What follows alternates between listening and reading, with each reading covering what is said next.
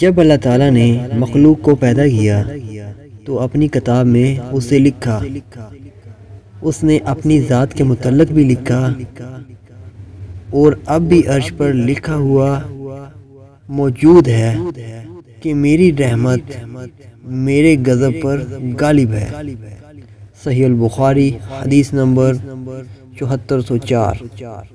اگلی حدیث، اللہ تعالیٰ فرماتا ہے کہ جب میرا بندہ مجھ سے ملاقات پسند کرتا ہے تو میں بھی اس سے ملاقات پسند کرتا ہوں، اور جب وہ مجھ سے ملاقات ناپسند کرتا ہے تو میں بھی ناپسند کرتا ہوں۔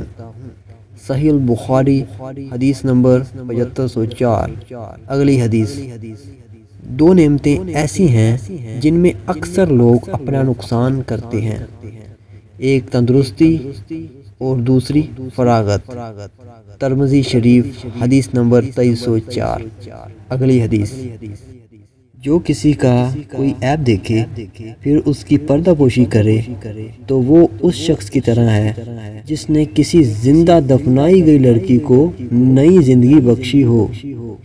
سنن ابو داؤد حدیث نمبر 4891۔